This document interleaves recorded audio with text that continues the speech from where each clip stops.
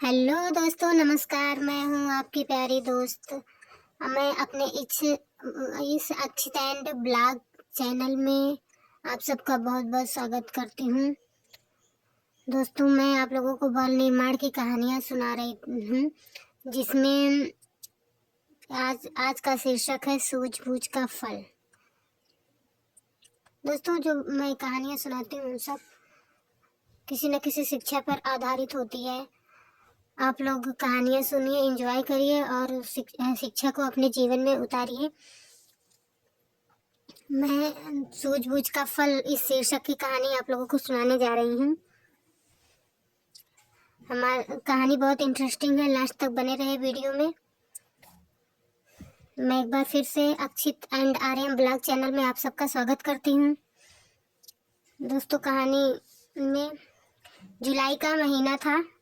नया सत्र अभी प्रारंभ हुआ था। अभी तो पूरी तरह पढ़ाई आरंभ भी ना हो पाई थी, परंतु नेहा के कक्षा में यह दुर्घटना शुरू हो गई। हर दूसरे चौथे दिन किसी लड़की की किताब गायब हो जाती। पहले तो ऐसा कभी ना होता था। कक्षा में कौन चोर घुस आया है, सभी लड़कियां इसी की चर्चा किया करती थीं।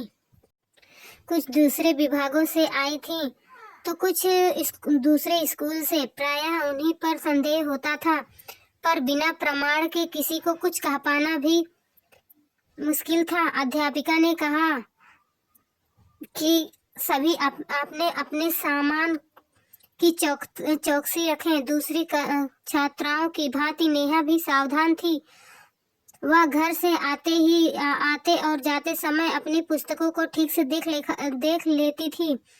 बीच में कहीं जाना होता तो सहेली से कह कर जाती। उस दिन अचानक ही किसी शिक्षिका ने किसी काम से बुला लिया।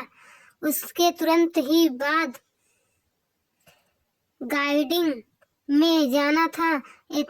ऐसा बहुत ही छात्राएं वहां चली गईं। शिक्षिका के पास से लौटकर नेहा ने भी जल्दी से अपना बस्ता उठाया और वहां से चली गई। छुट्टी के समय प्रतिदिन की भांति नेहा ने अपनी पुस्तकें संभाली तो एक पुस्तक कम थी। उसने तुरंत खड़े होकर अध्यापिका को यह बताया, अच्छी तरह याद कर लो, तुम आज पुस्तक घर से लेकर आई थी। उन्होंने कहा, जी, मैंने हिंदी के घंटे में पुस्तक निकालकर उसी से पढ़ा था, नेहा बोली। पास बैठी उसकी सहेली ने भी इस बात की गवाही दे दी। शिक्षिका असमंजस में पड़ गई। चलते चलते वह यह और मुसीबत आई। अभिभावकों की भी शिकायतें आ रही थीं और उन्हें कार्यवाही करने के लिए कहा जा रहा था। चोर कौन है, यह बात खुल नहीं रही थी। उन्होंने नेहा से कहा कि सबकी बस्तों की तलाशी लो। नेहा ने अपनी पुस्तक की अच्छी पहचान थी। थोड़ी देर बाद एक लड़की की किताबें देखते समय वह ठिठक गई और एक किताब को उसने बार बार उलट पलट कर देखा। फिर अध्यापिका से बोली, यह मेरी पुस्तक है। पुस्तक जिस लड़की के बस्ते में थी वह तनकर खड़ी हो गई। अरे वाह, क्या कहने तुम्हारे, मेरी पुस्तक को अपना बताती हो, शर्म नहीं आती तुम्हें? तब एक शिक्षिका ने उन दोनों के पास आ पहुंची। उन्होंने पुस्तक को हाथ में लिया। फटी मुड़ी सी पुस्तक थी, जगह जगह स्याही के धब्बे लगे थे। पुस्तक के प्रारंभ में कई पन्नों पर लिखा था कि उन्होंने नेहा की ओर देखा और कहा, इस पर तो क्रांति का नाम पड़ा है नेहा, और वैसे भी तुम तो अपनी किताबें बड़ी साफ सुथरी रखती हो। दीदी, यह मेरी किताब है। उसे झाड़ कर गंदा करके मोड़ मरोड़ कर ऐसा बना दिया गया है। नेहा रुआसी होकर बोली, यह तो मेरी पुस्तक है, तुम उसे अपना कैसे बताती हो? क्रांति बार बार दृढ़ता से यही बात दोहरा रही थी। शिक्षिका की कुछ समझ में नहीं आ रहा था कि वह क्या करे। वह सोच रही थी कि सच्चाई का कैसे पता लगाया जाए। इतने में नेहा क्रांति से बोली, तुम्हारी पुस्तक है तो तुम्हें इसकी खूब अच्छी तरह पहचान भी होगी। यह बताओ तुमने इसमें कहाँ कहाँ नाम लिखा है। क्रांति ने झट से 3 जगह स्याही से लिखा अपना नाम दिखा दिया। बस और तो कहीं नहीं ना? नेहा ने पूछा। नहीं, उसने तेजी से जवाब दिया। नेहा ने पुस्तक अपने हाथ में ली और बोली, यह नाम स्याही के बाद में लिखा गया है। फिर वह शिक्षिका की ओर सन्मुख होकर कहने लगी, दीदी आप और क्रांति मेरे साथ 5 मिनट के लिए गृह विज्ञान कक्षा में चलिए, सच्चाई अभी सामने आ जाएगी। शिक्षिका और क्रांति दोनों सोच रही थी कि नेहा गृह विज्ञान की शिक्षिका से अपनी सिफारिश कराएगी। क्रांति रास्ते में मन ही मन कह रही थी, वहां भी तेरी एक भी ना चलने दूंगी। तूने मुझे क्या समझ रखा है।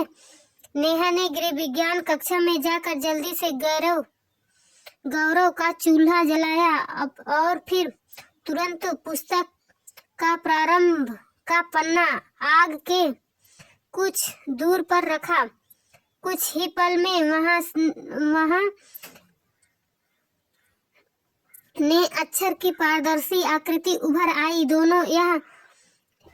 देखो यह रहा मेरा नाम।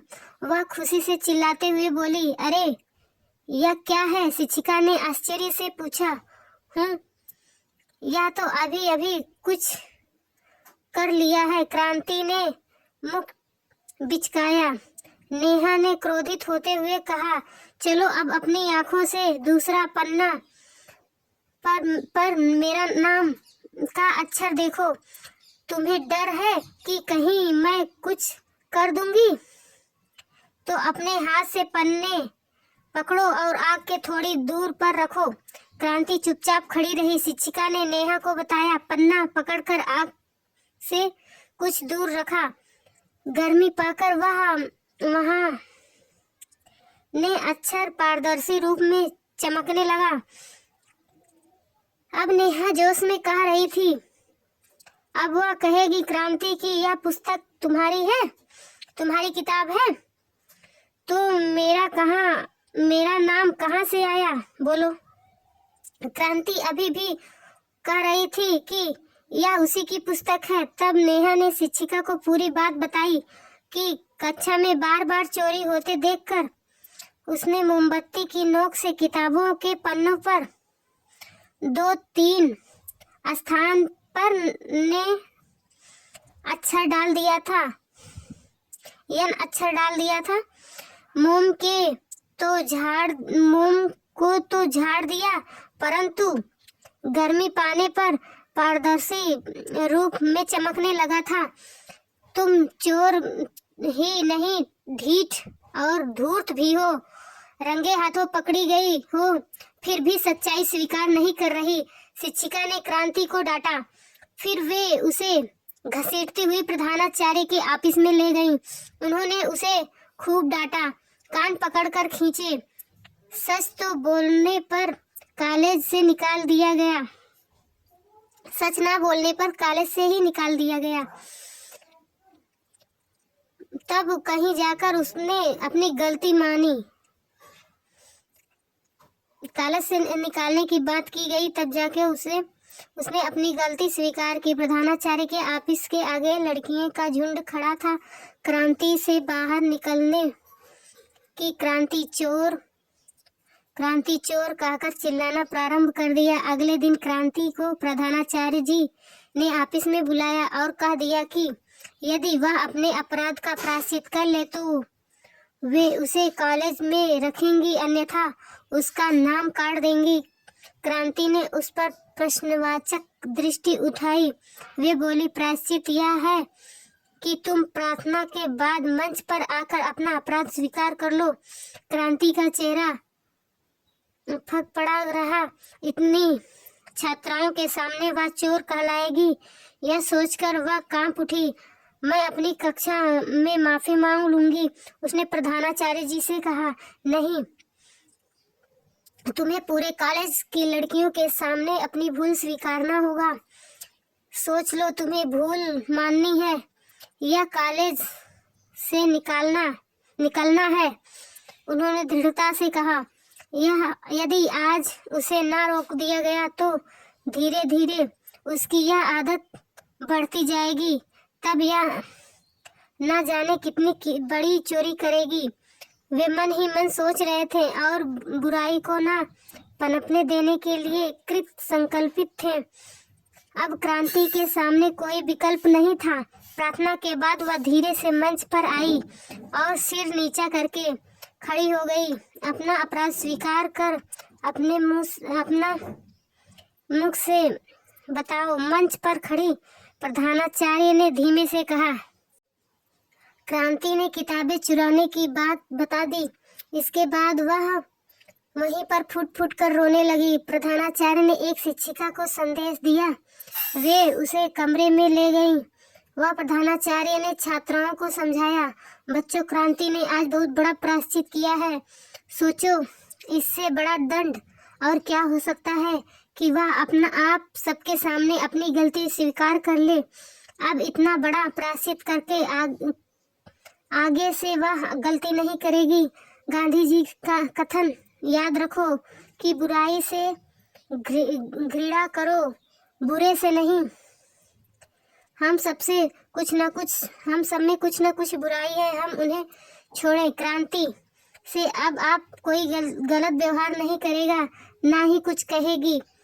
उसे बहुत बड़ा दंड मिल चुका है। हाँ, क्रांति ने जो गलती की है, इस प्रकार की कोई गलती आप नहीं करेंगी।